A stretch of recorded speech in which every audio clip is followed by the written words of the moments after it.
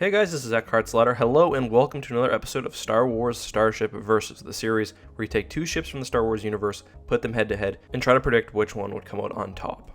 The last couple of days have been cross-universe matchups, taking Star Wars ships and putting them against ships from other universes. Well, today we're going back to our roots and just looking at two classic ships from the Star Wars universe. The idea for today's matchup comes from Jonish Schiffbauer, who gave me actually 9 really good ideas. Now, of course, for fairness sake, I can only choose actually one of these ideas, so I've went with number 4, and that's the Victory II class Star Destroyer against the Assault Frigate Mark II. Two ships which are quite prominent in Star Wars legends. As always, we're going to be taking these two ships, putting them head to head in a one-on-one space battle, and trying to predict which one would come out on top. Now, as always, we do have a few rules. The first is that we're presuming that these two ships are piloted and captained by equally skilled people. We're also assuming that both of these ships have no special upgrades and that they're just the stock versions. The way we do the matchup is this. We take the two ships and compare them in 3 different categories: firepower, defensive capabilities, and fighter support. But it's not a race to see which ship wins the most categories. That's just going to help us in making the decision.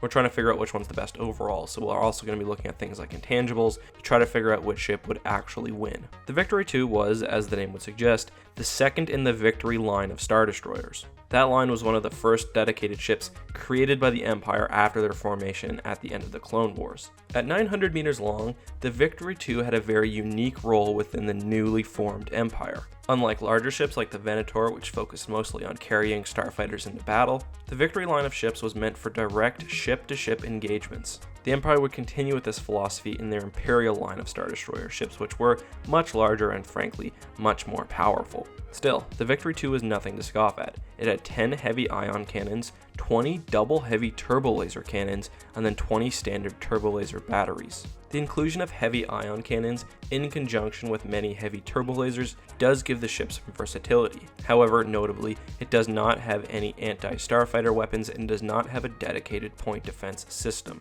I think it will be interesting to see how this fairly aggressive suite of weapons handles today's battle. Let's now talk about the Assault Frigate Mark II, and this was a ship used by the Rebel Alliance during the Galactic Civil War. This ship was arguably, both in literature and in universe, less popular than the Victory class. To my knowledge, the only place you really see this ship in the fiction is in the Empire at War video game and in one of the tabletop games. Still, I do like it, and one of the reasons I actually like it so much is because it builds off one of the most famous ships in the Star Wars universe, the Dreadnought class heavy cruiser. The Assault Frigate Mark I and Mark II were actually advanced refits of the Dreadnought class, which was a very ubiquitous ship, certainly in Star Wars Legends, but was on the older side. Seems like the biggest changes in the refits were the modernization of the internal systems and the addition of advanced Mon Calamari shielding. We'll come back to all that stuff later, but right now, let's talk about the weapons. At 700 meters long, the Assault Frigate Mark II was very well armed for its size. Its main anti-capital ship weapons were 15 quad turbo lasers and 15 turbo laser batteries. Both of these are very heavy weapons. A turbo laser battery is kind of a generic term, but it often is used to refer to weapons that are heavier than standard turbo lasers. Sometimes it's a group of turbo lasers put together, sometimes just a very heavy weapon. It's hard to tell, but it's good for the ship. Quad turbo lasers are pretty self-explanatory. It's like a 4-barreled turbo laser unit, also quite powerful. In addition, the ship also had 15 laser cannons, which would have been used primarily to fight off enemy starfighters. So yes, this is a very well-armed ship. Interestingly, when I checked the sources, I did notice that there is some variance in the amount of turbo lasers the ship has. I pulled up a web archive of an old StarWars.com page, and it actually says that it has 15 laser cannons, 15 turbo laser batteries, and then 20 quad laser cannons, so that would be many more quad lasers, but less quad turbo lasers. However, the later source, Starships of the Galaxy, put it at the numbers that I mentioned previously, so that's what we're going to go with today. So, which one of these ships is more well armed? Well, it's kind of difficult to tell. The Victory has more turbo laser batteries. Well, it seems like the Assault Frigate may have more turbo laser emplacements in general. The Victory, of course, has those ion cannons, while the Assault Frigate has those laser cannons, which can be used to fight off starfighters. All in all, though, I think I will give this category to the Assault Frigate Mark II. I mean, those 15 quad turbo lasers and those 15 turbo laser batteries put out a lot of fire, and those backup laser cannons to help protect it from starfighters is a nice touch. I think we do actually need to talk about the placement of the weapons, but I'll save that for the intangibles section. Let's now talk about defensive capabilities, and I'm going to keep this category relatively short. Both of these ships would have had very impressive hulls. The Victory II was a Star Destroyer, and Star Destroyers almost always have very impressive hull strength. The Assault Frigate Mark II was an upgrade of the Dreadnought class heavy cruiser, a ship which was, itself, already very sturdy. In my mind, the only thing really separating these two ships is the advanced shielding systems of the Assault Frigate Mark II. I mentioned them earlier, but the Assault Frigate Mark II makes use of Mon-Calamari shielding.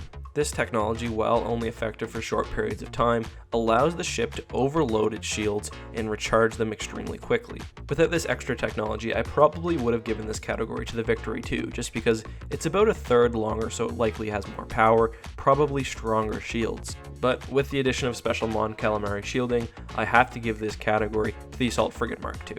Now we have fighter support, and this one is pretty simple because only one of these ships actually carried fighters.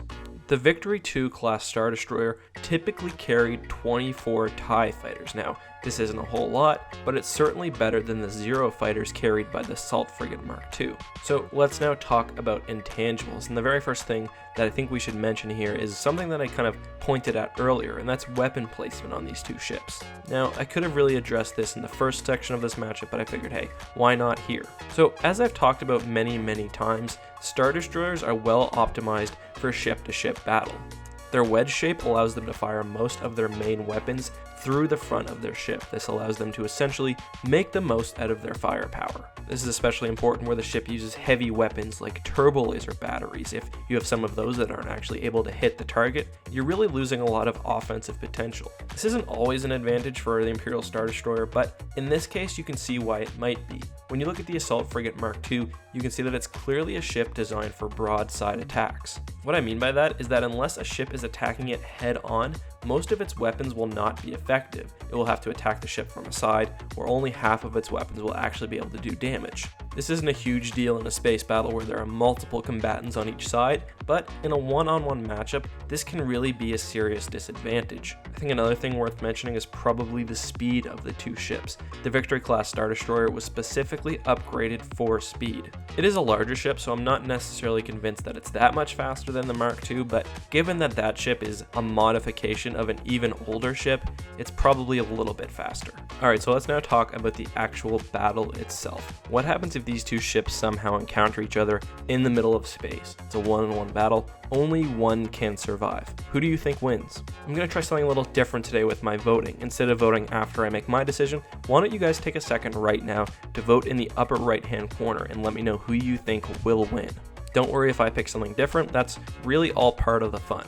Alright, so on to the actual battle, and I think that the very first thing that will happen is that the Victory will send its 24 TIE fighters out to attack the Assault Frigate. Now, I'm not really sure that these ships will be able to do any serious damage, but they will at least keep the laser cannons busy and perhaps some of the turbo lasers as well. While this is happening, the Assault Frigate will most likely engage its special Mon-Calamari shield. This will give it an immediate boost to its shield power and shield regeneration. While this is happening, I think the Victory will be pelting the Assault Frigate with its many turbo laser batteries and ion cannons. If the ships are facing head-to-head, then I truly think that the Assault Frigate will be putting back an equal or almost equal amount of firepower. However, the Victory is faster, and I think we'll get into a position where it can use all of its weapons while the Assault Frigate cannot. That position is likely somewhere to the side, where the broad side of the Assault Frigate is facing it. While the shields of the Assault Frigate are very strong, I think they will shatter eventually, especially with the ion cannons of the Victory doing serious damage against them. And really, I think the Victory here just benefits from an updated, modernized design, which really makes the most out of its firepower. When you combine that with a massive starfighter advantage, a larger size, and just generally probably more updated technology, I think you have a pretty easy win for the Empire here. Really, the only ace that the Mark II has in its sleeve is its extra shielding. And while its firepower is still impressive, its laser cannons won't actually help it do damage to the Victory here. They'll be too busy fighting off starfighters. Besides for that, of course, it is well armed, but I think with the Victory's speed, it won't be able to make the best use of its weapons. And to be honest, even without that speed, I just think that the starfighter advantage is too much for it, so the Victory II does win this battle, and I think it wins probably 7.5 times out of 10. I think the only real chance the Assault Frigate has here is if it can make full use of all of its weaponry, all of its turbo lasers, all of its heavy turbo lasers, all of its turbo laser batteries, and to do so, it will have to face straight up against the Star Destroyer. I think it will also have to do so while its advanced shielding technology is still in effect, because we know that the boost given by the Mon Calamari shielding is only temporary. Anyways, that's just my opinion. I would love to hear what you guys think. I really hope that you took a second to vote in the poll. Also, let me know down in the comments if you think I did a good job, if I mixed something up, or if I was just plain wrong. Also, of course, make sure you leave your suggestions for next video, and if you see a suggestion that you like, make sure to give it a thumbs up and a supporting comment. Anyways, thank you so much, guys. Thank you for watching, and as always, may the Force be with you.